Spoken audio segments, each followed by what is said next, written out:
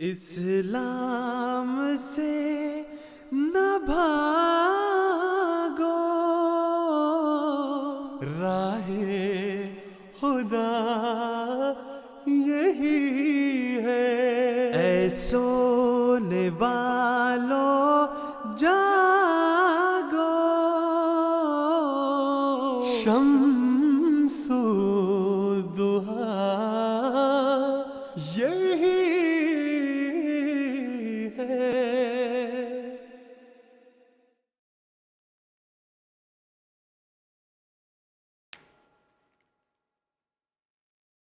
اعوذ باللہ من الشیطان الرجیم، بسم اللہ الرحمن الرحیم۔ ناظرین و سامعین کرام، السلام علیکم ورحمۃ اللہ وبرکاتہ۔ اس دنیا میں جتنے بھی مذاہب آئے ہوئے ہیں، ان کے بہت سارے مقاصد میں سے ایک مقصد انسانیت کے درمیان باہمی اخوت اور بھائی چارہ قائم کرنا ہے۔ نہ صرف اسلام بلکہ اسلام سے قبل جتنے مذاہب کی تعلیمات ہیں، ان میں بھی بنیادی طور پر ایک دوسرے کے ساتھ حسن سلوک کا ذکر ملتا ہے۔ لیکن اس میں کوئی شک نہیں کہ آقا و مولا حضرت محمد مصطفیٰ احمد مجتبیٰ صلی اللہ علیہ وسلم پر جو اللہ تعالیٰ نے تعلیمات نازل فرمائیں، ان میں اس مضمون کو یعنی مذہبی رواداری، انسانیت کی رواداری کو ایک بہت اعلیٰ مقام و مرتبے پر اللہ تعالیٰ لے گیا ہے۔ چنانچہ انسانوں کے لیے، ہم سب کے لیے جو بنیادی سبق ہے وہ یہ ہے کہ جہاں ایک طرف ہم نے حقوق اللہ ادا کرنے ہیں، وہاں حقوق العباد کی بھی اپنے ذہن میں اہمیت اور فوقیت کو ہمیشہ ازبر رکھنا ہے۔ مذہب اور مذہبی رواداری، اس کی بہت اہمیت ہے، لیکن زمانہ اس طرف چلتا جا رہا ہے کہ لوگ چاہے وہ اسلام کے ماننے والے ہی کیوں نہ ہوں، مذہبی رواداری کو بھولتے چلے جا رہے ہیں۔ آج کے پروگرام میں اور آئندہ چند پروگراموں میں بھی اسلام میں خاص طور پر جو تعلیمات ہیں مذہبی رواداری کے بارے میں، وہ آپ کے سامنے پیش کرنے کی کوشش کریں گے، کیونکہ ہمیں ایسا لگتا ہے کہ آقا و مولا حضرت محمد مصطفیٰ احمد مجتبیٰ صلی اللہ علیہ وسلم کی پیشگوئیوں کے مطابق امت مسلمہ اسلام کی حقیقی تعلیمات سے دور جا رہی ہے، اور تکلیف اس بات کی ہوتی ہے کہ اسلام کا نام لے کر، ہمارے آقا و مولا حضرت محمد مصطفیٰ صلی اللہ علیہ وسلم کا نام لے کر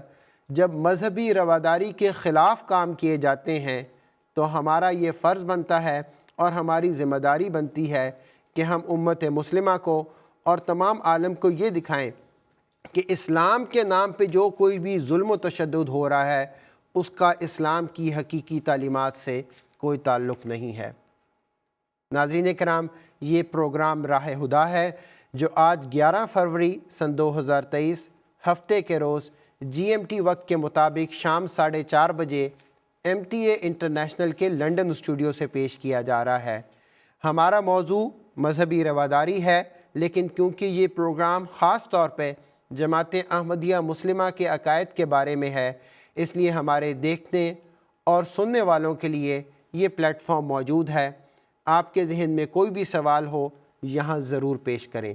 سوال پیش کرنے کے 2 طریقے ہیں۔ ایک ہمارا واٹس ایپ نمبر ہے، آپ کو مستقل اس پروگرام کے دوران اسکرین پر نظر آتا رہے گا۔ وائس میسج کے ذریعے سوال بھیجنا چاہیں یا تحریری سوال بھیجنا چاہیں تو ہمارا واٹس ایپ نمبر ضرور استعمال کریں، لیکن ہمیں زیادہ خوشی ہوگی کہ اگر آپ ہمارے لینڈ لائن نمبر کو استعمال کریں اور ہم سے اس پروگرام میں براہ راست بات کریں، کیونکہ یہ پروگرام آپ ہی کے سوالات پر مشتمل ہے۔ آئیے آج کے پروگرام کا آغاز کرتے ہیں۔ یہاں لنڈن اسٹوڈیو میں خاکسار کے ساتھ موجود ہیں نصیر احمد قمر صاحب، آپ کو خاکسار خوش آمدید کہتا ہے، اور انشاءاللہ غانا سے نشریاتی رابطے کے ذریعے ہمارے ساتھ ہوں گے محمد نصیر اللہ صاحب، ان کو بھی میں اس پروگرام میں خوش آمدید کہتا ہوں۔ نصیر قمر صاحب، جس طرح خاکسار نے ذکر کیا کہ ہم مذہبی رواداری کے بارے میں بات کریں گے، کیونکہ میڈیا ہمیں یہ دکھا رہا ہے کہ بہت سارے ممالک میں خود اسلام کو ماننے والے مذہبی رواداری کا دامن چھوڑتے جا رہے ہیں۔ تو سب سے پہلے ہمارے ناظرین و سامعین کو آپ یہ بتا دیں کہ قرآنی تعلیمات اس کے بارے میں کیا ہیں، قرآنی احکامات اس کے بارے میں کیا ہیں؟ جزاکم اللہ. اصل میں یہ آپ کی بات درست ہے کہ اس وقت مغربی میڈیا میں خاص طور پر اسلام کو بدنام کرنے کی جو مہم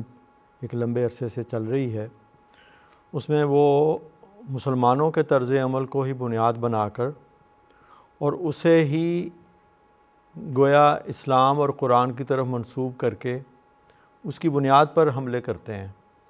تو یہ جو اسلام کی بدنامی کا موجب بن رہے ہیں، یہ دراصل بدقسمتی سے خود بعض مسلمانوں کا طرز عمل ہے. اور جیسا کہ آپ نے شروع میں اپنے تعارفی کلمات میں بتایا کہ دراصل تو ہر مذہب کا مقصد ہی بندے کو خدا سے ملانا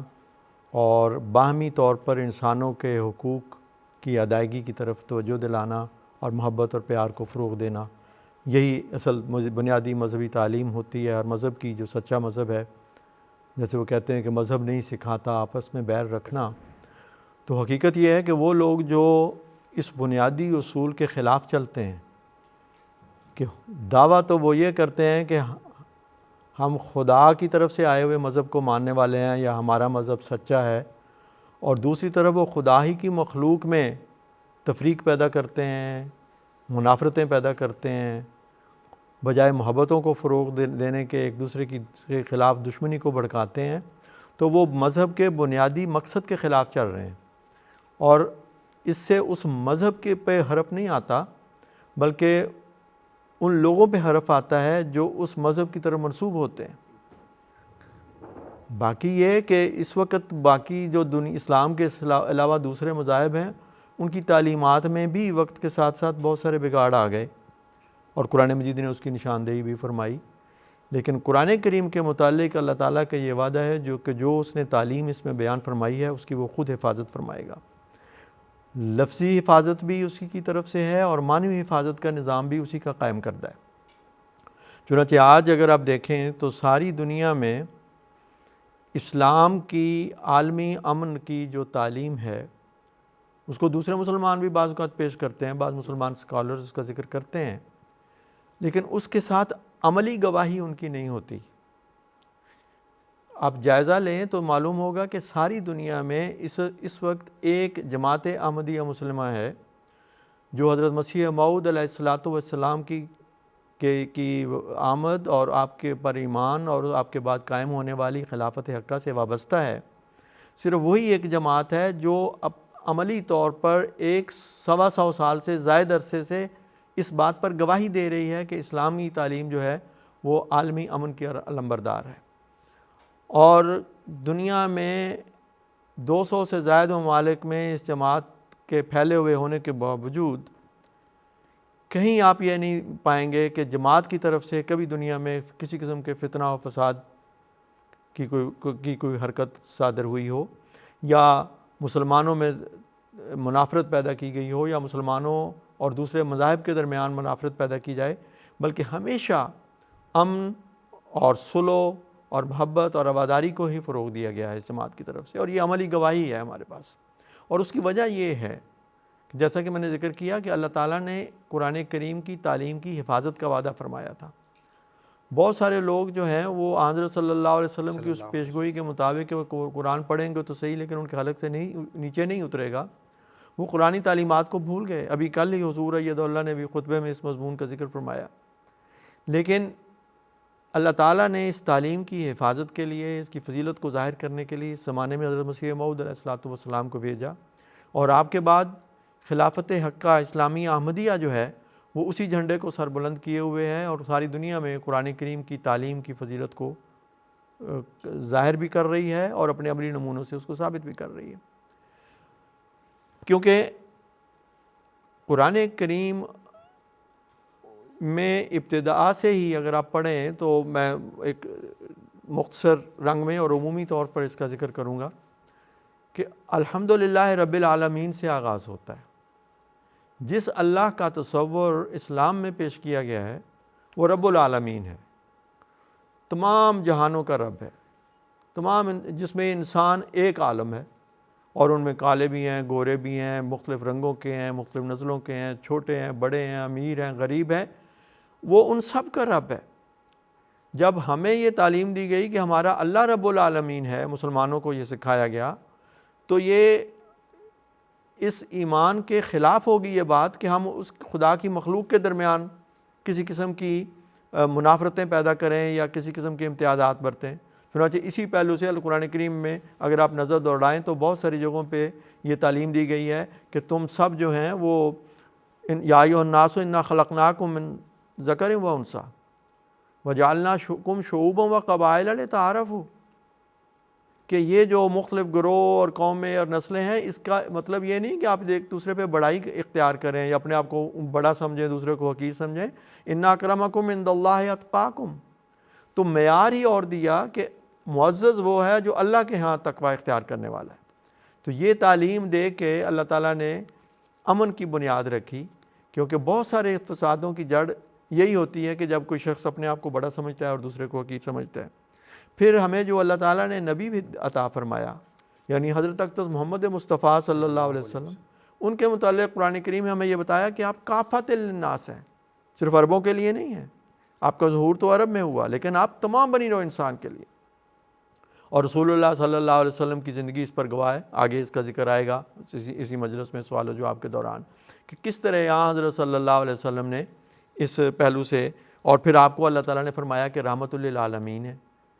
تو رب العالمین کی طرف اور رحمت للعالمین کی طرف منسوب ہونے کا دعویٰ کرنے والا اگر کوئی شخص مذہبی بنا پر، معاشرتی بنا پر یا کسی بھی بنا پر دنیا میں فتنہ اور فساد پھیلاتا ہے تو وہ اپنے اس ایمان میں جھوٹا اور غلط ثابت ہوتا ہے۔ پھر قرآن کریم کے متعلق اللہ تعالیٰ نے یہ فرمایا کہ یہ ہدایت اور رحمت ہے اور تمام بنی نوع انسان کے لیے ہے، اور اس میں شفا ہے، بہت ساری امراض روحانیہ کا اس میں علاج ہے۔ اور تو قرآن کی نفی ہوگی اگر کوئی قرآن کی طرف اپنے آپ کو منسوب کرتا ہے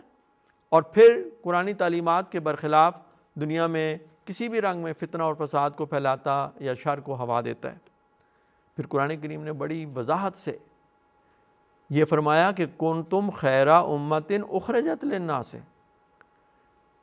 امت محمدیہ کو یہ کہا گیا کہ تم بہترین امت ہو جو تمام بنی نوع انسان کے فائدے کے لیے پیدا کی گئی ہو۔ اس میں یہ نہیں فرمایا کہ صرف مسلمانوں کے لیے یا یہود کے لیے یا نصارہ کے لیے یا ہنود کے لیے یا مختلف مذاہب کی طرف منسوب ہونے والوں کے لیے، بلکہ تمام انسانوں کے لیے، خواہ وہ کسی بھی قوم، کسی بھی مذہب، کسی بھی علاقے سے تعلق رکھنے والے ہیں، ان کے لیے خیر اور بھلائی، یہ ہے جو امت محمدیہ کا موٹو ہے۔ تو اگر کوئی امت محمدیہ میں ہونے کا دعویٰ کرتا ہے لیکن اس کا عمل اس کے برخلاف ہے تو وہ خود اپنے آپ کو خیر امت ان سے الگ کر لیتا ہے۔ پھر ہمیں جو کعبہ دیا، جس کی طرف منہ کر کے ہمیں 5 وقت نمازیں پڑھنے کا اور تمام عبادات کرنے کا حکم ہے، نماز عبادات کا، اس کے متعلق بھی اللہ تعالیٰ نے فرمایا کہ ان اول بیت وضع للناس، وہ تمام بنی نوع انسان کے لیے رکھا گیا، ان کی بھلائی کے لیے اس کو وضع کیا گیا، اس کو بنایا گیا ہے، اور وہاں سے جو تعلیم اتری وہ بھی عالمی ہے۔ تو یہ بنیادی ایک خاکہ ہے، اس کی تفصیلات پھر قرآن کریم میں جگہ جگہ موجود ہیں کہ اگر کوئی قوم، کوئی شخص آپ سے دشمنی کرتا ہے، آپ سے زیادتی کرتا ہے، آپ سے لڑائی کرتا ہے، آپ کے حقوق تلف کرتا ہے تو کیا کرنا ہے، اس وہاں پہ بھی فرمایا کہ دفاع کرنا ہے، اپنے دفاع کا آپ کو حق ہے لیکن زیادتی کا کوئی حق نہیں، اور صرف مذہبی یا اعتقادی اختلاف کی بنا پر کسی پر ظلم یا زیادتی کرنے یا اس کے حقوق کو تلف کرنے کا آپ کو کوئی حق نہیں ہے۔ بنیادی انسانی حقوق سب کے یکساں ہیں، جس میں مذہبی آزادی بھی ہے، جان، مال اور عزت کا تحفظ بھی ہے۔ اس پہلو سے کسی کو بھی حق نہیں ہے، قرآن کریم اور حضرت صلی اللہ علیہ وسلم کی طرف سے کسی بھی مسلمان کو یہ حق نہیں دیا گیا کہ وہ کسی کے حقوق کو غصب کرے۔ جو بھی معاملات ہیں وہ عدل اور انصاف کے ساتھ طے ہوں گے، اور بڑی وضاحت سے بار بار اس کی تاکید کی گئی، یہاں تک فرمایا کہ لا یجرمنکم شنآن قوم علی الا تعدلوا، کوئی کسی قوم نے کتنی بھی دشمنی کی، کتنی بھی زیادتیاں کی ہیں، لیکن انصاف سے نہیں ہٹنا، آپ نے معاملات کو انصاف کے ساتھ طے کرنا ہے۔ تو یہ ایک بنیادی کلید ہے جس کو اگر ہم سمجھ لیں تو آگے قرآن کریم میں پھر بڑی تفصیل سے ہر پہلو سے یہ تفصیلات دی گئی ہیں، اور بڑی باریکی میں جا کر اور پھر نبی اکرم صلی اللہ علیہ وسلم نے اپنے ارشادات میں اپنے عمل سے بہت تفصیل کے ساتھ عملی طور پر ان باتوں کو کھولا ہے۔ نصیر صاحب جس طرح آپ یہ بیان کر رہے ہیں، دیکھیں جو آپ نے خلاصتاً ہی بیان کیا اس میں یہ بات بالکل واضح طور پہ سمجھ آ رہی ہے کہ ایک طرف تو یہ کہ کسی کے جو بنیادی حقوق ہیں ان کو سلب نہیں کرنا، بلکہ ان کی حفاظت کرنے کا اللہ تعالیٰ بار بار قرآن کریم میں ہمیں سبق دے رہا ہے۔ بہت بہت شکریہ نصیر قمر صاحب۔ دوسرا سوال جو اسی سے تعلق رکھتا ہے، اور میں سمجھتا ہوں کہ ہم تو ہمیشہ یہ بیان کرتے ہیں کہ قرآن کریم دراصل اللہ تعالیٰ کے احکامات الہیہ ہیں، اور اللہ تعالیٰ نے صرف یہ احکامات الہیہ قرآن کریم کی صورت میں ہمیں نہیں بھیجے، بلکہ آقا و مولا حضرت محمد مصطفیٰ صلی اللہ علیہ وسلم کی عملی شکل میں ان احکامات پر عمل کر کے ایک نمونہ بھی ہمارے سامنے پیش کیا گیا ہے۔ چنانچہ اسی بارے میں ایک بہت اہم سوال لے کر میں محمد نصیر اللہ صاحب کے پاس جانا چاہوں گا، اور نصیر اللہ صاحب آپ کے سامنے میں یہ بات پیش کرنا چاہوں گا کہ ابھی محترم نصیر قمر صاحب نے جس طرح خلاصتاً بیان کیا کہ اسلامی تعلیمات کیا ہیں مذہبی رواداری کے بارے میں چاہوں گا کہ اب آپ ناظرین کو یہ بتائیں کہ ہمارے آقا و مولا حضرت محمد مصطفیٰ صلی اللہ علیہ وسلم کا ان تعلیمات پر عمل پیرا ہونے کے حوالے سے عملی نمونہ کیا تھا۔ جی محمد نصیر اللہ صاحب۔ جی جزاکم اللہ راجہ صاحب۔ پیارے آقا حضرت محمد مصطفیٰ صلی اللہ علیہ وآلہ وسلم نے جس طرح کہ آپ نے فرمایا صرف اعلیٰ تعلیم ہی پیش نہیں کی، بلکہ اس کا بہترین نمونہ بھی ہمارے سامنے پیش کیا۔ اسلام کا تو مطلب ہی امن اور سلامتی ہے، اور ایک موقع پر آپ نے فرمایا کہ مسلمان وہ ہے جس کے زبان اور ہاتھ سے سارے مسلمان محفوظ رہیں۔ حضرت صلی اللہ علیہ وآلہ وسلم کی ساری زندگی اس کی مثال میں جو ہے اس طرح کی مثالوں سے بھری پڑی ہے۔ میں وقت کی کمی کے لحاظ سے 2-3 مثالیں صرف یہاں عرض کرتا ہوں۔ حضرت صلی اللہ علیہ وآلہ وسلم نے رواداری کے اصولوں پر بہترین عمل کیا۔ چنانچہ اسلام میں جو سب سے پہلا معاہدہ جو ہجرت مدینہ کے بعد عمل میں آیا وہ مدینہ کی غیر مسلم آبادی کے ساتھ کیا گیا تھا، اور اس معاہدے کی جو بنیادی شرط تھی وہ یہ تھی کہ یہود اور دیگر مذاہب کے ماننے والوں کو مکمل مذہبی آزادی حاصل ہوگی، انہیں جبراً مجبور نہیں کیا جائے گا کہ وہ اسلام اختیار کریں یا اپنی تعلیمات پر عمل نہ کر سکیں۔ پھر جب خیبر کے یہودی اور نجران کے عیسائی اسلامی حکومت میں داخل ہوئے تو آپ نے ان کو بھی ان کے عقیدے کے مطابق اور ان کے عمل کے مطابق مکمل مذہبی آزادی عطا فرمائی کہ وہ جو مرضی چاہیں عقیدہ رکھیں، جس طرح مرضی اپنی عبادات کو بجا لائیں، اپنے اعمال کریں، ان پر کوئی اسلامی حکومت کی طرف سے پابندی نہیں ہوگی۔ ایک روایت میں آتا ہے، بڑا مشہور واقعہ ہے، کہ جب نجران کے عیسائی مدینہ میں حضرت صلی اللہ علیہ وآلہ وسلم کے پاس آئے تو شام کے وقت انہیں آپ نے مسجد نبوی میں اپنے طریق کے مطابق عبادت کرنے کی اجازت بھی عطا فرمائی، اور اس موقع پر جب بعض صحابہ نے انہیں روکنا چاہا تو آپ نے ان صحابہ کو بھی منع کر دیا۔ چنانچہ ان عیسائیوں نے مسجد نبوی میں مشرق کی طرف منہ کر کے جو ہے وہ اپنے طریق کے مطابق اپنی عبادات ادا کی، حالانکہ وہ عقیدے کے لحاظ سے مسلمان نہیں تھے۔ پھر بڑا مشہور واقعہ ہے کہ ایک دفعہ مدینے میں ایک یہودی نے ایک مسلمان کے سامنے اپنے پیغمبر حضرت موسیٰ علیہ السلام کی فضیلت بیان کی، تو مسلمان نے غصے میں آ کر اس یہودی کو تھپڑ مار دیا، یعنی اس پر تشدد کیا کہ تم ہمارے پیارے آقا محمد مصطفیٰ صلی اللہ علیہ وآلہ وسلم پر کس طرح حضرت موسیٰ کو فوقیت دے سکتے ہو۔ اس پر وہ شخص شکایت لے کر نبی کریم صلی اللہ علیہ وآلہ وسلم کی خدمت میں حاضر ہوا، تو آپ نے فرمایا کہ تم نے بڑی سخت زیادتی کی ہے، یعنی اس مسلمان کو آپ نے یہ فرمایا کہ تمہیں بالکل بھی یہ اجازت نہیں ہے کہ تم کسی پر تشدد کرو، اور اس موقع پر آپ نے فرمایا کہ مجھے نبیوں کے مابین فضیلت نہ دیا کرو۔ اب دیکھیں کہ باوجود اس کے کہ آپ افضل الانبیاء تھے، آپ رحمت للعالمین تھے، مگر قیام امن کی خاطر آپ نے مخالف مذہب کے ماننے والوں کا بھی جو ہے وہ لحاظ رکھا، اور ان کے مذہب کا، ان کے جذبات کا احترام فرمایا، اور اپنے جائز عقیدے سے کوئی کا بھی کھلم کھلا اظہار کرنے سے یا اس کے اظہار کے لیے تشدد کرنے سے مسلمانوں کو روک دیا۔ یہ چند مثالیں ہیں، ورنہ حضور صلی اللہ علیہ وآلہ وسلم کی ساری زندگی ایسی مثالوں سے بھری پڑی ہے۔ بہت بہت شکریہ محمد نصیر اللہ صاحب۔ ناظرین کرام، جس طرح کے خاکسار نے ذکر کیا ہے کہ ہمارے آج کے پروگرام کا موضوع تو مذہبی رواداری ہے، لیکن کیونکہ یہ پروگرام راہ ہدا ہے اور اس میں جماعت احمدیہ مسلمہ کے عقائد کے بارے میں آپ کے کسی بھی سوال کو ہم بہت اہمیت دیتے ہیں، اس لیے اگر آپ کے ذہن میں کوئی ایسا بھی سوال ہو جس کا آج کے موضوع سے تعلق نہیں ہے، تب بھی ہمارے سامنے ضرور پیش کریں۔ ہمارا واٹس ایپ نمبر ہے، اس پہ آپ وائس میسج کے ذریعے یا تحریری سوال بھجوا سکتے ہیں، لیکن اگر آپ ہم سے بات کرنا چاہیں گے تو اس کے لیے ہمارا لینڈ لائن نمبر ضرور نوٹ کر لیں۔ چند ایک سوالات آ چکے ہیں، لیکن ایک دو ضروری باتیں ہم نے کرنی ہیں، پھر ہم آپ کی سوالات کی طرف بھی چلیں گے۔ نصیر قمر صاحب، ابھی محمد نصیر اللہ صاحب نے اختصار کے ساتھ چند عملی واقعات ہمیں بتائے ہیں کہ حضرت صلی اللہ علیہ وسلم نے کس طرح مذہبی رواداری کو قائم فرمایا۔ میں چاہوں گا اسی موضوع کو آگے بڑھاتے ہوئے اسی طرح کے کچھ اور واقعات سنائیں جن میں خاص طور پر مذہبی عبادت گاہیں یا مذہب سے تعلق رکھنے والے افراد، ان کے ساتھ حضرت صلی اللہ علیہ وسلم کا کیا سلوک رہا ہے۔ دیکھیں، نبی اکرم صلی اللہ علیہ وسلم کے متعلق اللہ تعالیٰ نے، جیسے کہ میں نے ذکر کیا، کہ رحمت للعالمین بنا کر بھیجا تھا، اور آپ اللہ تعالیٰ کی تمام صفات کے مظہر اتم تھے، اور دین کی جو تکمیل ہوئی ہے وہ آپ کے ذریعے سے ہوئی ہے۔ یعنی جیسا کہ حضرت مسیح موعود علیہ السلام نے ایک موقع پہ تحریر فرمایا ہے کہ آپ سے پہلے جتنے بھی انبیاء آئے، اور قرآن کریم ان انبیاء کی بعثت کی صداقت کی گواہی دیتا ہے کہ مختلف انبیاء مختلف قوموں میں آئے، بعض کا ذکر قرآن کریم میں ہے اور بہت سے ایسے ہیں جن کا ذکر قرآن کریم میں نہیں کیا گیا، لیکن عمومی طور پر قرآن کریم نے ہمیں یہ بھی بتا دیا کہ ہر قوم میں اللہ تعالیٰ کی طرف سے نذیر آئے ہیں، اور اس کی طرف سے ہادی، اور لکل قوم ہاد، اس کی طرف سے ہادی بنا کر لوگوں کو بھیجا گیا۔ تو وہ تعلیمات جو مختلف وقتوں میں مختلف انبیاء کو مختلف زمانوں میں اپنے اپنے وقت کے تقاضوں کے مطابق دی گئیں، وہی تعلیمات جب وہ رسول آیا جو تمام بنی نوع انسان کے لیے تھا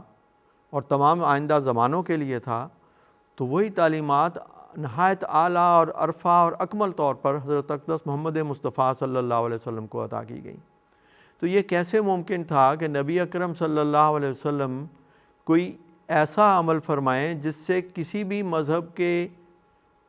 ماننے والوں کی یا ان کے مقدس مقامات کی توہین ہوتی ہو؟ آپ تو تمام بنی نوع انسان کے لیے انسانیت کا علم لے کر کھڑے ہوئے تھے، اور مذہب کو اس کی کامل شکل میں دنیا میں پیش کرنے کے لیے کھڑے ہوئے تھے۔ یہی آپ کی بعثت کا مقصد تھا، اور ایک ایسی تعلیم لے کر آئے تھے جس پر چل کر تمام بنی نوع انسان خدا تک پہنچ سکتے ہیں۔ اس لحاظ سے آپ کی تعلیم ایک جامع تعلیم ہے جو خواہ کوئی یہودی ہو، عیسائی ہو، مجوسی ہو، ہندو ہو، کسی بھی مذہب سے تعلق رکھتا ہو یا نہ بھی تعلق رکھتا ہو، ان سب کو وہ رہنمائی عطا کرنے والی تعلیم ہے، اور آپ کا اسوہ حسنہ ہے جس پر چل کر وہ خدا تک پہنچ سکتا ہے۔ تو یہ اسلامی تعلیم کی ایک غیر معمولی فضیلت ہے۔ چنانچہ نبی اکرم صلی اللہ علیہ وسلم کے زمانے میں جب بعض مشرکوں سے آپ کا واسطہ پڑا، یا یہود سے پڑا، یا عیسائیوں سے پڑا، تو آپ نے ہمیشہ ان کے ان بنیادی حقوق کی حفاظت فرمائی۔ ابھی پہلے انہوں نے میثاق مدینہ کا ذکر فرمایا ہے نصیر اللہ صاحب نے، اور انسانیت کہ ایک دفعہ کہتے ہیں کہ حضرت صلی اللہ علیہ وسلم ایک جگہ پہ تھے تو کسی کا جنازہ گزرا، تو حضور اکرم صلی اللہ علیہ وسلم اس کے احترام میں کھڑے ہو گئے، تو بعض صحابہ نے عرض کیا حضور یہ تو کسی یہودی کا جنازہ ہے، تو حضرت صلی اللہ علیہ وسلم آیا کہ کیا وہ جان نہیں تھی اس میں، کیا وہ انسان نہیں تھا؟ تو یہ جو احترام آدمیت ہے یہ آپ نے یہ ہر چیز سے بالا ہے، اور افسوس ہوتا ہے جب بعض مسلمان ایسی حرکتیں کرتے ہیں کہ وہ نہ صرف دوسرے مذاہب بلکہ اپنے ہی مذہب، اپنے ہی کلمہ کو ماننے والے، اپنے ہم قوم مسلمانوں کے ساتھ بھی ایسا رویہ اختیار کرتے ہیں کہ نہ صرف ان کو زندہ رہنے کا حق نہیں دیتے بلکہ ان کے مردوں کا بھی احترام نہیں کرتے، اور ان کے قبرستانوں یا ان کی عبادت گاہوں کو جا کے نقصان پہنچانا اور گرانا اور سمجھنا کہ ہم نے یہ اسلام کی بڑی خدمت کر دی، اور کرتے یہ نہایت نامعقول حرکتیں ہیں۔ بہت کم ایسے واقعات ملتے ہیں دوسرے مذاہب میں بھی، لیکن کہیں بھی ہوں اسلام اس کو کنڈیم کرتا ہے، قرآن کریم نے تو عبادتوں کے احترام اور انسانیت کے احترام کی تعلیم دی ہے، اور نبی اکرم صلی اللہ علیہ وسلم کی ساری زندگی اس پر عملی گواہ تھی۔ آپ بعض یہودی بعض کا بیمار ہوتے تھے، ان کی عیادت کے لیے بھی تشریف لے جایا کرتے، ایسے بھی واقعات ملتے ہیں۔ آن سلم ان کی عیادت کے لیے تشریف لے گئے اور ان کو واعظ اور نصیحت بھی کی، تبلیغ بھی کی کہ آپ اللہ کو ایک مانیں اور حضرت صلی اللہ علیہ وسلم کو جو اللہ نے رسول بنا کے بھیجا ہے اس کے سچے ہونے کی، برحق ہونے کی شہادت دیں۔ تو یہ تو حضرت صلی اللہ علیہ وسلم کا نمونہ ہے، کیونکہ قرآن کریم میں بڑی وضاحت سے یہ فرمایا گیا تھا کہ اللہ تعالیٰ تمہیں اس بات سے یہ منع نہیں کرتا کہ وہ لوگ جو تم سے لڑتے نہیں ہیں یا تمہارے گھروں سے تمہیں نہیں نکالتے کہ تم ان سے نیکی کرو اور حسن سلوک کرو اور ان کے ساتھ انصاف سے پیش آؤ۔ تو رسول اللہ صلی اللہ علیہ وسلم کی زندگی ساری اس بات پر گواہ تھی کہ آپ مشرکوں کے ساتھ ہمدردی بھی رکھتے تھے، ان کے کام بھی آتے تھے، ان کی ضرورتیں بھی پوری کرتے تھے، اور اپنے عملی نمونہ سے اس بات کو ثابت فرماتے تھے کہ اسلام بنیادی طور پر انسانیت کی تعلیم دیتا ہے۔ مذہبی اعتقاد کا اختلاف جو ہے وہ اس بات کی اجازت نہیں دیتا کہ آپ بلا وجہ کسی دوسرے کا خون کریں یا اس کے بنیادی حقوق کو تلف کریں یا اس کی جائیدادوں پہ غاصبانہ قبضہ کریں یا اس کے کسی بھی قسم کے پہلو سے اس کی جان، مال اور عزت کو نقصان پہنچائیں۔ تو یہ جو تعلیم ہے یہ اس وقت انفارچونیٹلی مسلمان اس سے دور ہو چکے ہیں، یعنی اس کی ایک بھاری اکثریت، اور بالخصوص پاکستان میں ایسی بہت ساری مثالیں ملتی ہیں جس سے مغربی دنیا کو یہ پیغام جاتا ہے کہ شاید یہی ان کا مذہب ہے، جبکہ یہ اسلام کا حقیقی اسلامی تعلیم نہیں ہے، یہ حضرت صلی اللہ علیہ وسلم کا اسوہ نہیں ہے، یہ قرآن کی تعلیم نہیں ہے۔ اور اس زمانے میں جیسا کہ حضرت امیر المومنین ایدہ اللہ تعالیٰ بار بار ہمیں توجہ دلاتے ہیں، گزشتہ خطبات میں بھی توجہ دلائی، ہمارا یہ فرض ہے کیونکہ ہمیں اللہ تعالیٰ نے مسیح موعود علیہ السلام کی جماعت میں شامل ہونے کے ناطے خلافت سے وابستگی کے نتیجے میں یہ ذمہ داری سپرد فرمائی ہے کہ ہم حقیقی اسلامی تعلیم کو دنیا میں پھیلائیں، اس سے مسلمانوں کو بھی آگاہ کریں اور دوسروں کو بھی آگاہ کریں، اور پھر اپنے عملی نمونے سے اس بات کو ثابت کریں کہ رسول اللہ صلی اللہ علیہ وسلم ہی امن کے بادشاہ تھے، اور آپ کی لائی ہوئی تعلیم کو قبول کر کے اور اس جھنڈے کے نیچے آ کر ہی دنیا میں حقیقی امن قائم ہو سکتا ہے اور ہر قسم کے ظلم اور زیادتیوں کا خاتمہ ہو سکتا ہے۔ بہت بہت شکریہ نصیر قمر صاحب۔ نصیر قمر صاحب، جس پہلو کی طرف آپ نے توجہ دلائی ہے یہی تو وجہ ہے کہ دیکھیں اگر کوئی ذاتی طور پر کوئی بھی عمل کرتا ہے تو ہمیں اس کی کوئی پرواہ نہیں ہے، ہر انسان اس کو اختیار ہے، لیکن جب وہ اسلام کا نام لے کر اور ہمارے آقا و مولا حضرت محمد مصطفیٰ صلی اللہ علیہ وسلم کا نام لے کر اس طرح کے اعمال کرتا ہے تو عملی طور پہ یہی ہوتا ہے جس طرح آپ نے ذکر کیا کہ جو لوگ اسلام کو نہیں جانتے، اسلامی تعلیمات کو نہیں جانتے، ان کو ایسے ہی لگتا ہے کہ گویا یہ اسلام ہے۔ کئی دفعہ جب غیر مسلموں کے ساتھ گفتگو ہوتی ہے تو وہ ریفرنس کے طور پہ اسلامی ممالک کا نام لیتے ہیں، ان کے قوانین کا ذکر کرتے ہیں، تو ہمیں غیر مسلموں کو بھی یہ سمجھانا پڑتا ہے اور یہ بتانا پڑتا ہے کہ یہ اسلامی ممالک ضرور ہیں لیکن ان کا قانون اسلامی قانون ہے یہ ضروری نہیں ہے، اور کا عمل اسلامی تعلیم کے مطابق ہے، یہ بھی ضروری یہ بھی ضروری نہیں ہے۔ بالکل ٹھیک آپ نے ذکر کیا۔ اسی سے ملتا جلتا ایک سوال لے کر میں محمد نصیر اللہ صاحب سے بات کرنا چاہوں گا۔ محمد نصیر اللہ صاحب، جس طرح نصیر قمر صاحب نے گفتگو کو ایک خاص پہلو کی طرف لے کر گئے ہیں تو میں اسی پہلو کو آگے بڑھانا چاہتا ہوں، لیکن میں ناظرین کو بتا دوں عارف الزمان صاحب آپ کا سوال بھی ہمیں پہنچ گیا، بلکہ آپ کے سوال ہمیں پہنچ گئے ہیں۔ عزیز احمد طاہر صاحب آپ کا سوال بڑا امپورٹنٹ ہے، ہم اس کو ضرور اپنے پینل ممبران کے سامنے پیش کریں گے، لیکن محمد نصیر اللہ صاحب آپ سے پہلے میں یہ پوچھنا چاہ رہا ہوں کہ ہمیں سوشل میڈیا پہ اور میڈیا پہ ایسے نظر آتا ہے کہ گویا آج کل دیگر مذاہب کو پیار و محبت اور نرمی کی تعلیم کا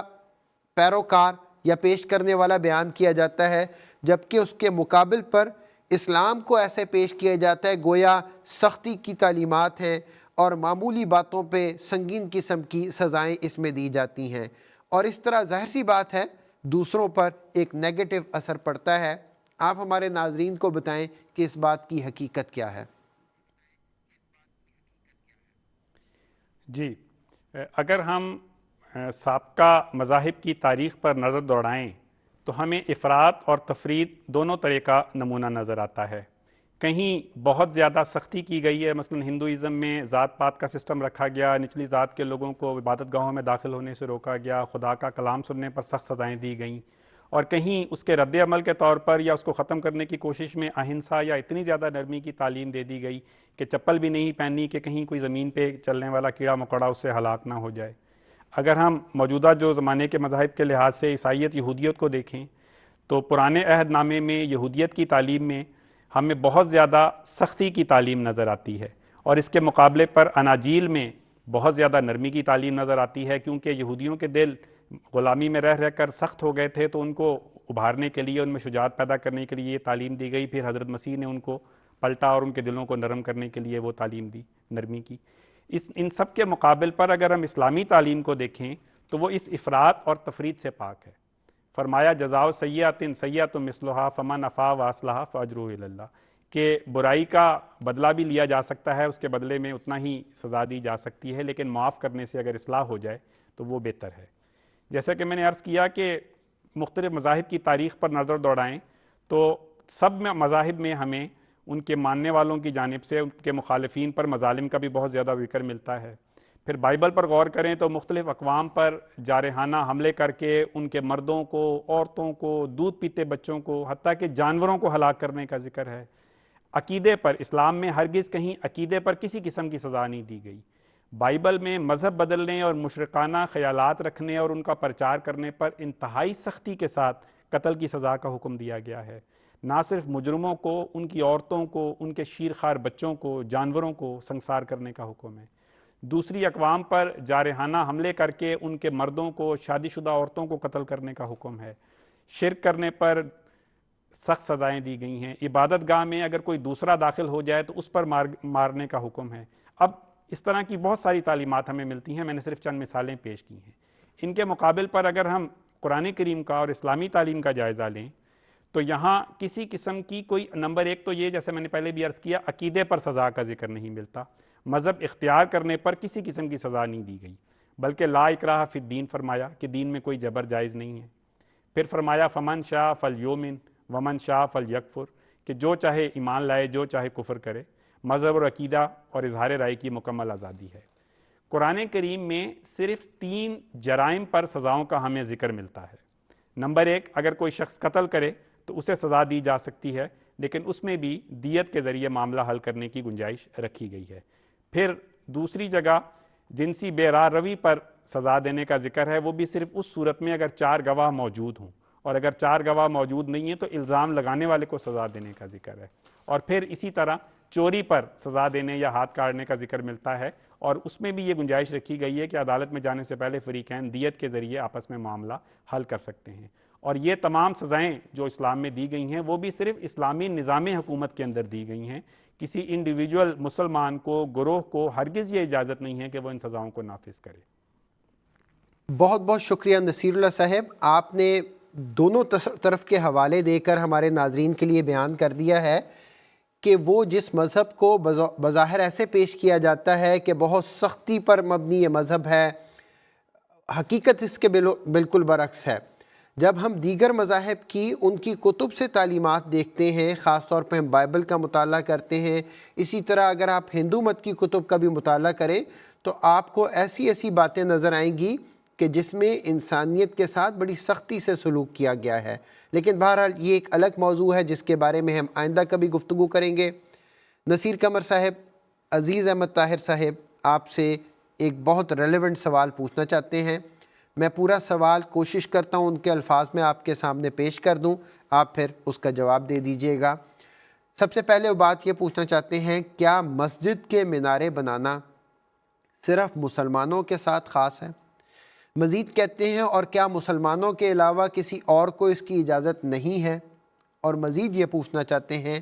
کہ جس انداز میں مذہبی شدت پسندی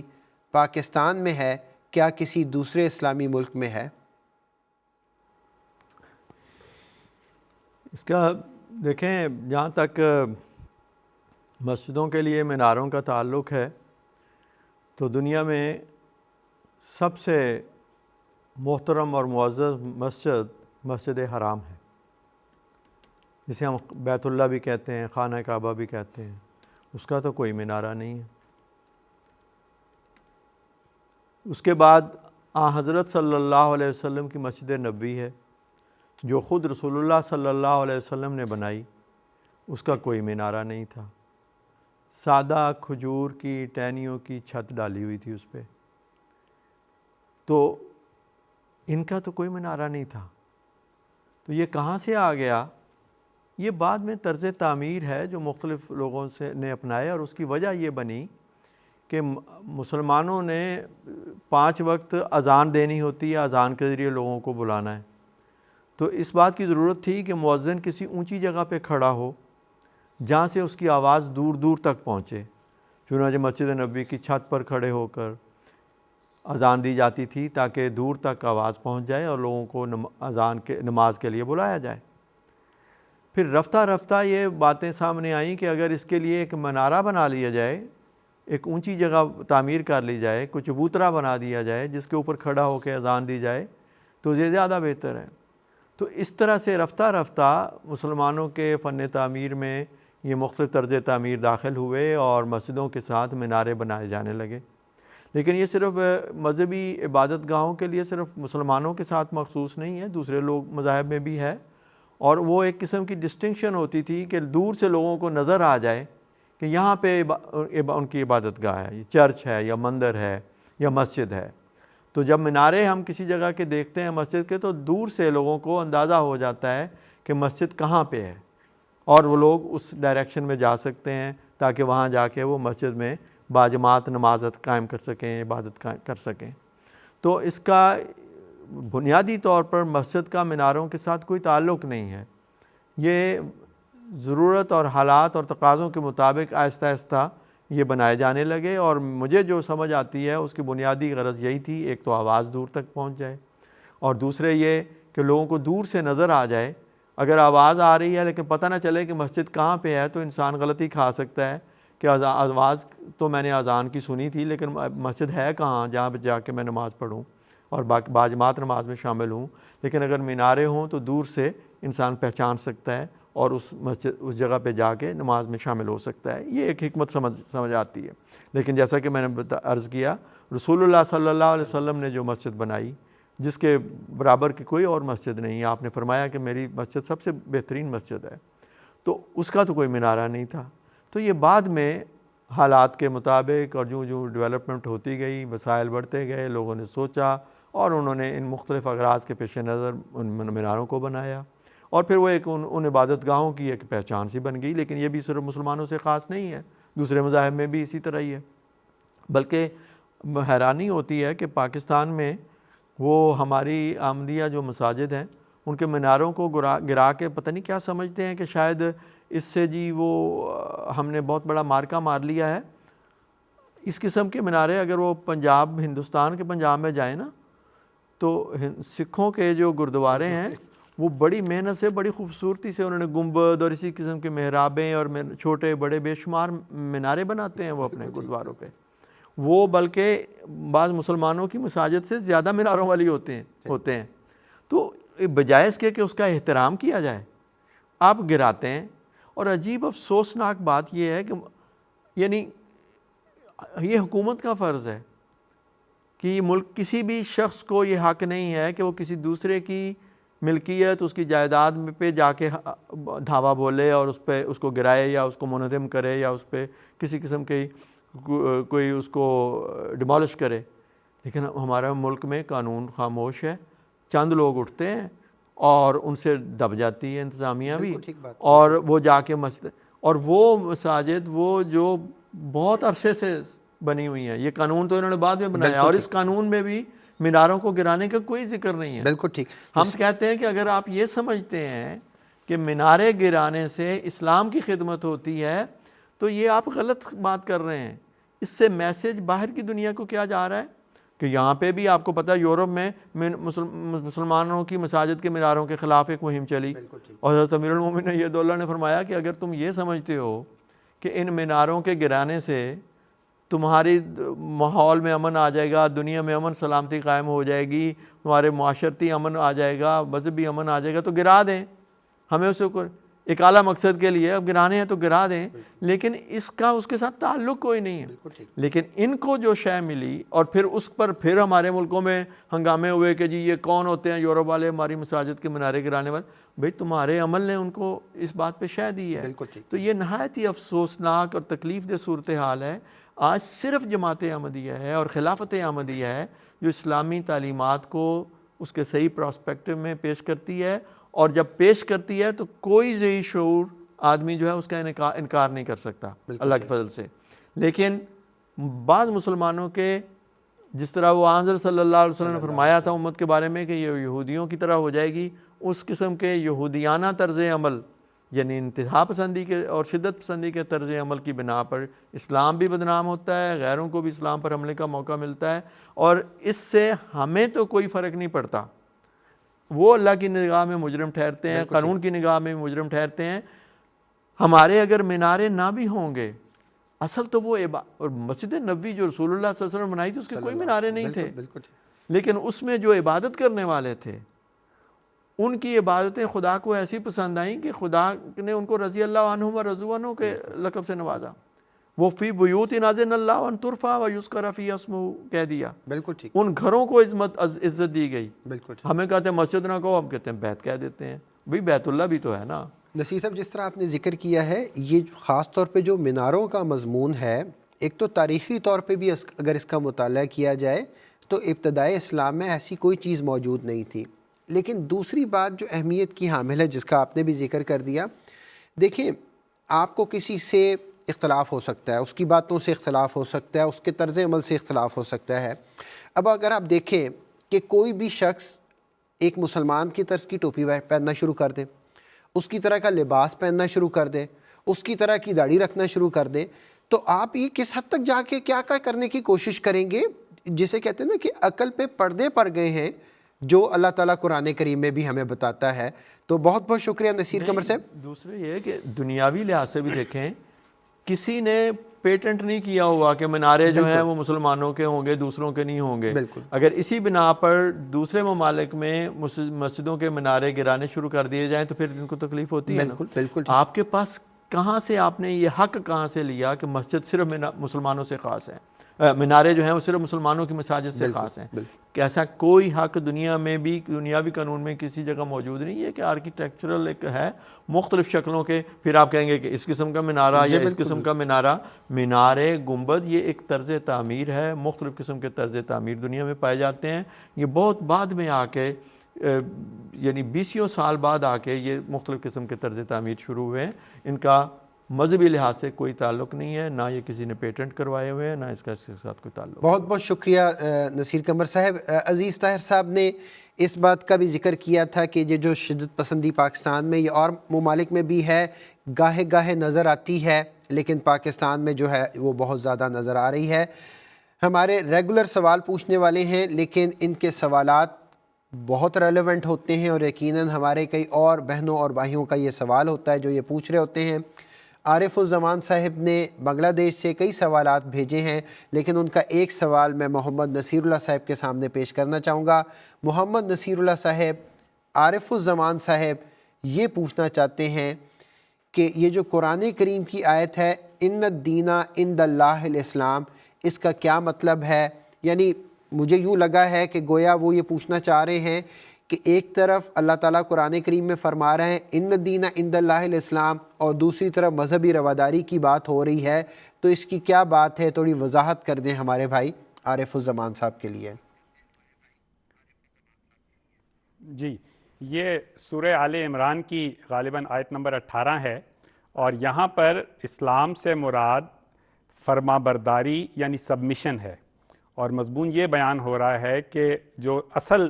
دین ہے وہ اللہ تعالیٰ کی فرما برداری ہے، اور اسی آیت میں آگے چل کے اہل کتاب کی نافرمانی کا ذکر بھی آ رہا ہے۔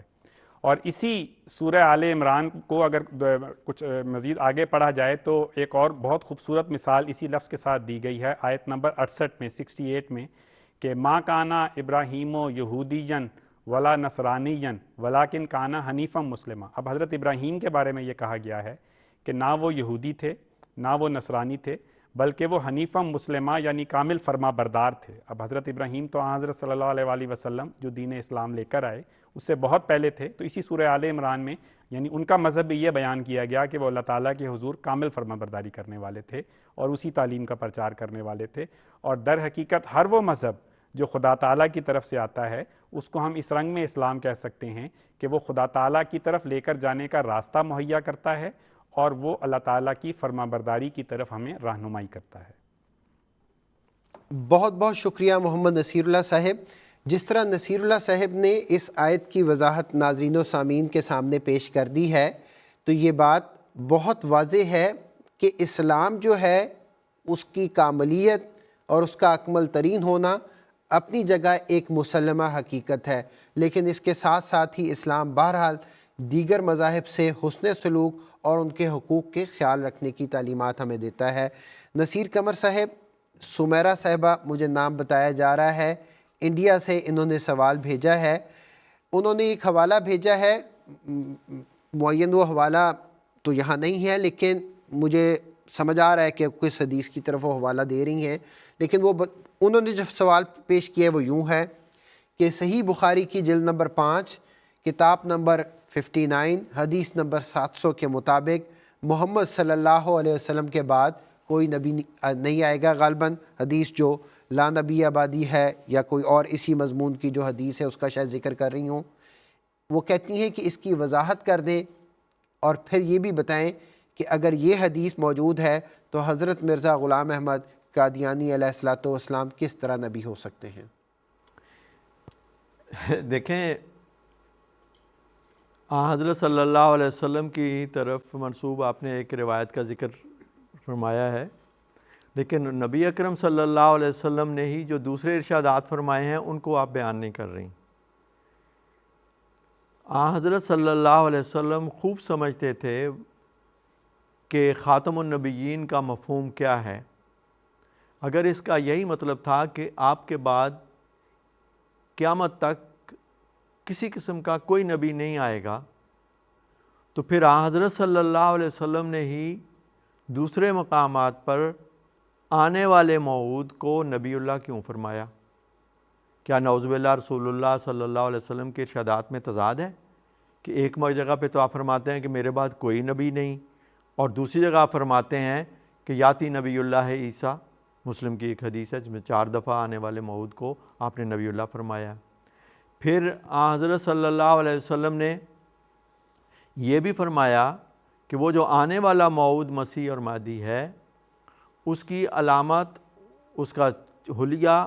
وہ اس سے مختلف بیان فرمایا جو سابق مسیح ناصری علیہ السلام تھے، اور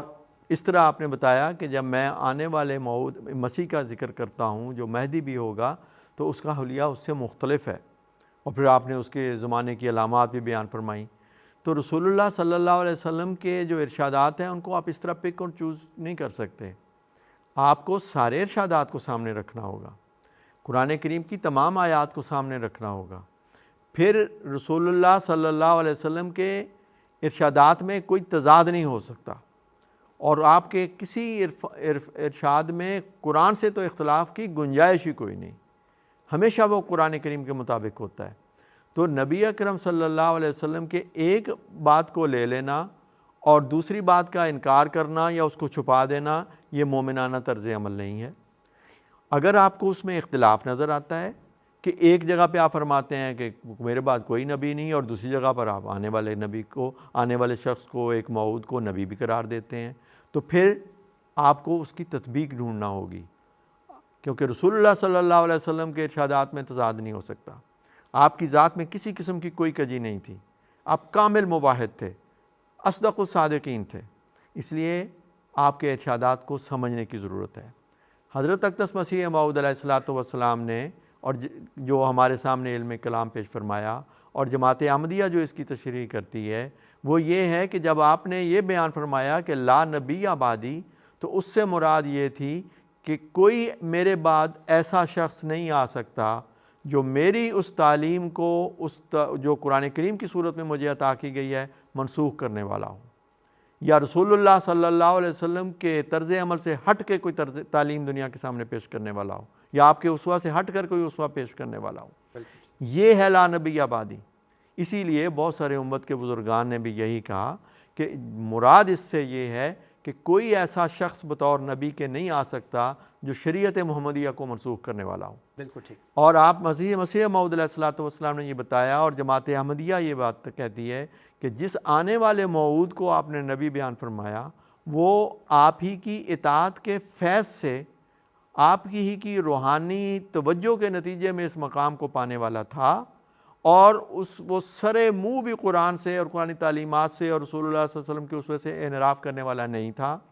اس کو آپ نے نبی فرمایا، گویا کہ امتی اور ذلی نبی کی آپ نے بشارت دی، جو آ کے آپ ہی کی شریعت کو دنیا میں قائم کرے گا، آپ ہی کے دین کا احیاء کرے گا۔ تو یہ اگر آپ یہ اس تشریح کو مانیں تو دونوں میں کوئی تضاد نہیں رہتا۔ تو رسول اللہ صلی اللہ علیہ وسلم کی ایک حدیث کو لے لینا اور باقی کو چھوڑ دینا یہ درست طریق نہیں ہے، یا قرآن کریم کی کسی ایک آیت کے ایک مفہوم پر اس طرح اصرار کرنا کہ دوسری بے شمار آیات اس کو رد کر رہی ہوں، یہ بھی قرآن کریم کی تفہیم کا صحیح طریق نہیں ہے۔ اور اس سے قرآن پر آپ اعتراض کرنے والے ہوں گے، لیکن قرآن پہ تو کوئی اعتراض وارد نہیں ہو سکتا، آپ خود اپنی نادانی کا ثبوت دے رہے ہوں گے۔ تو اس پہلو سے ساری چیزوں کو سامنے رکھ کے سمجھیں تو اس مضمون کو سمجھنا کچھ مشکل نہیں ہے۔ بہت بہت شکریہ نصیر قمر صاحب۔ مجھے کنٹرول روم سے یہ بتایا جا رہا ہے کہ وہ جو الفاظ تھے وہ انہوں نے بھیجے تھے لیکن اس وقت میرے سامنے ڈسپلے نہیں ہو رہے تھے، وہ وہی معروف حدیث ہے، انت منی بمنزلۃ ہارون من موسیٰ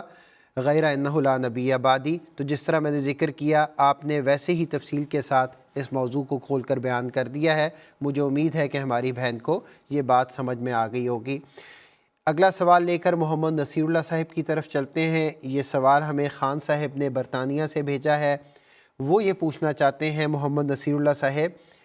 کہ خان صاحب یہ سوال اس طرح بھیج رہے ہیں، میں آپ کے سامنے اسی طرح پیش کرنے لگا ہوں۔ وہ کہتے ہیں کہ مرزا صاحب نے اپنے بعض الہامات پیش کیے ہیں جن کے بارے میں انہوں نے یہ بھی لکھا ہے کہ اس کے معنی نہیں معلوم، یا یہ کہ وہ کس کے حق میں ہیں۔ کیا ایسا ممکن ہے کہ ملہم کو اپنی وحی کے معنی سمجھ نہ آئیں؟ محمد نصیر اللہ صاحب خان صاحب کو ان کے سوال کا جواب دے دیں۔ جی، جب ہم یہ کہتے ہیں کہ یہ اللہ تعالیٰ کی طرف سے الہام ہے تو سب سے بہتر تو خدا تعالیٰ ہی جانتا ہے، اور اسی کو پتہ ہے کہ اس کے کیا مطلب ہے اس کا، اور اپنے وقت پر وہ چیز اللہ تعالیٰ ظاہر بھی کر دیتا ہے۔ اور بعض اوقات الہامات میں جیسا کہ بہت ساری مثالیں بھی مل سکتی ہیں، پیش گوئیوں وغیرہ کا ذکر ہوتا ہے جو اپنے وقت آنے پر ظاہر ہوتی ہیں تو اسے الہام کی سمجھ آتی ہے۔ ہمیں یہی نمونہ حضرت صلی اللہ علیہ وآلہ وسلم کی زندگی میں بھی نظر آتا ہے کہ بعض اوقات آپ کو اللہ تعالیٰ کی طرف سے کوئی بات بتائی گئی اور آپ نے اس کی جو تشریح کی اور جو بعد میں واقعہ پیش آیا اس سے واضح ہو گیا کہ اصل میں اس سے یہ مراد تھی۔ مثلا بڑا مشہور واقعہ ہے کہ حضرت صلی اللہ علیہ وآلہ وسلم کو ہجرت کے لیے ایک علاقہ دکھایا گیا، تو حضرت صلی اللہ علیہ وآلہ وسلم نے اس سے یہ سمجھا کہ یہ یمامہ کا علاقہ ہے اور ہم اس طرف ہجرت کریں گے، لیکن جب کچھ وقت گزرا تو اللہ تعالیٰ کی طرف سے یہ پتہ لگا کہ دراصل یہ، اور جو ایسے ہی واقعہ بھی ہوا کہ یہ مدینہ کا علاقہ اس سے مراد تھا اور نہ کہ یمامہ کا علاقہ۔ اور ایک یہ بات بھی ہمیں یاد رکھنی چاہیے کہ در حقیقت یہ جس شخص کو یہ الہام ہو رہا ہے، جو یہ دعویٰ کر رہا ہے، اس کی صداقت کا ثبوت ہے کہ وہ اپنی طرف سے ایک بات پیش نہیں کر رہا۔ اگر اللہ تعالیٰ نے اس کو اس کی تفہیم دی ہے تو وہ بتا رہا ہے کہ اس کا یہ مطلب ہے، اور اگر اللہ تعالیٰ نے اس کی تفہیم اس موقع پر نہیں دی، کسی وقت بعد میں ظاہر کرنی ہے، تو وہ اپنے ماننے والوں کو صاف بتا رہا ہے کہ یہ مجھے الہام ہوا ہے لیکن اس وقت مجھے اس کے معنی سمجھ نہیں آئے۔ تو اس کو اعتراض کے طور پر نہیں، صداقت کی دلیل کے طور پر لیا جائے گا۔ صاحب جزاک اللہ، آپ نے بہت خوبصورت انداز میں اور بالکل صحیح آپ نے جس طرح بیان کیا کہ یہ بات کہ جس کو الہام ہو رہا ہے وہ اس بات کا اپنی عاجزی کے ساتھ ذکر کر رہا ہے کہ الہام مجھے ہوا ہے لیکن اس کے معنی مجھے سمجھ نہیں آئے، یہ تو خود اس شخص کی صداقت کی دلیل ہے۔ ایک اور بات بھی جو ناظرین کو سامنے رکھنی چاہیے اور ضرور اس پہ غور کریں، خاص طور پہ وہ لوگ جو بڑی تحقیق کر کے جماعت احمدیہ کے خلاف اعتراضات نکالتے ہیں، حضرت مرزا غلام احمد قادیانی علیہ الصلوۃ والسلام کی ذات پہ اعتراضات نکالتے ہیں۔ جب بھی آپ کوئی اعتراض نکالتے ہیں یا کہیں لکھا ہوا وہ پڑھنے کی کوشش کرتے ہیں تو ذرا ایک لمحے کے لیے ٹھہرا کریں اور ذرا سوچا کریں کہ یہ اعتراض کیا گزشتہ انبیاء پر بھی ہوا ہے؟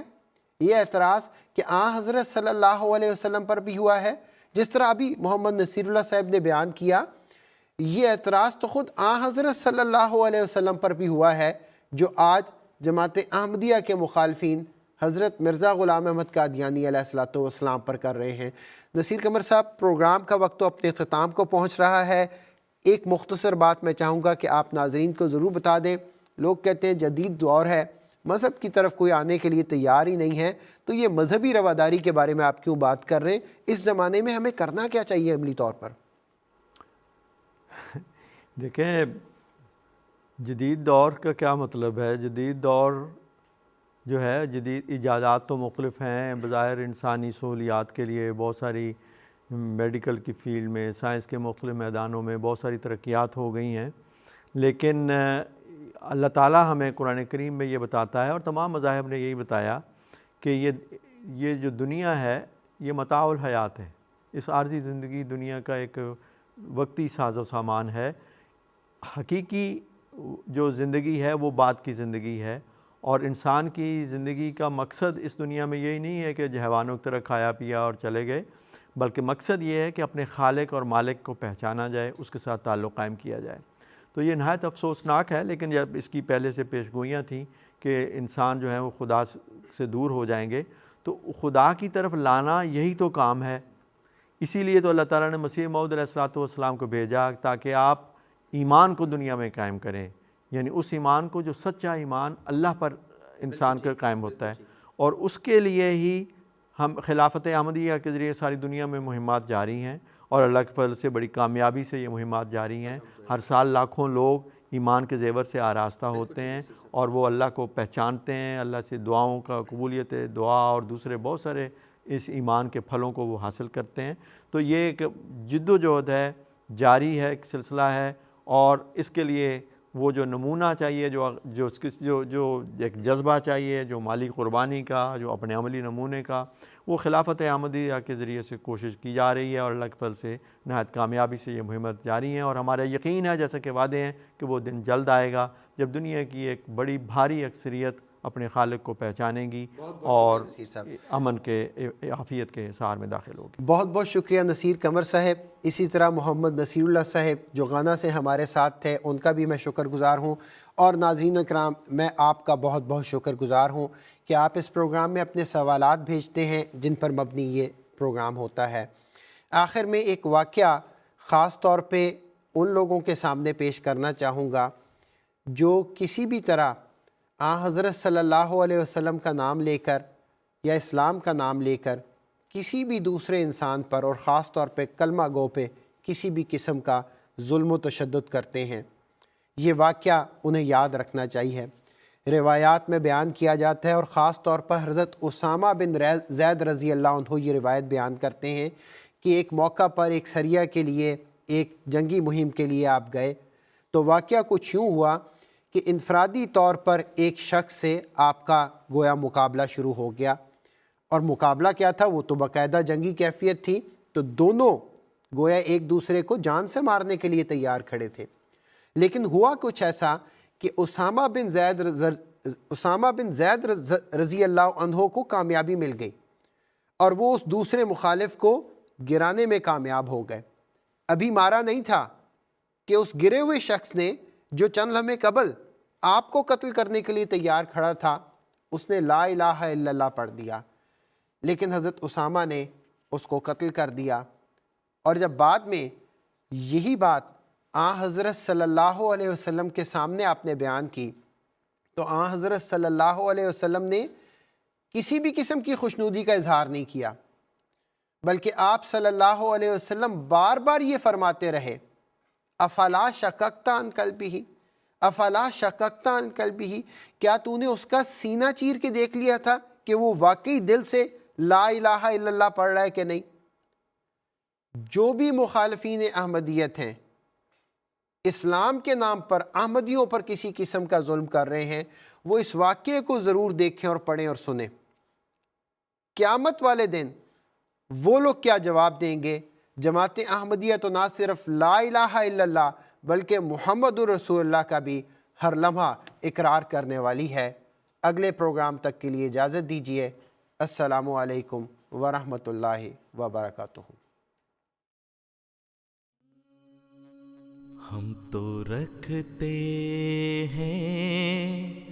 مسلمانوں کا دین، ہم تو رکھتے ہیں مسلمانوں کا دین، دل سے ہے خدا میں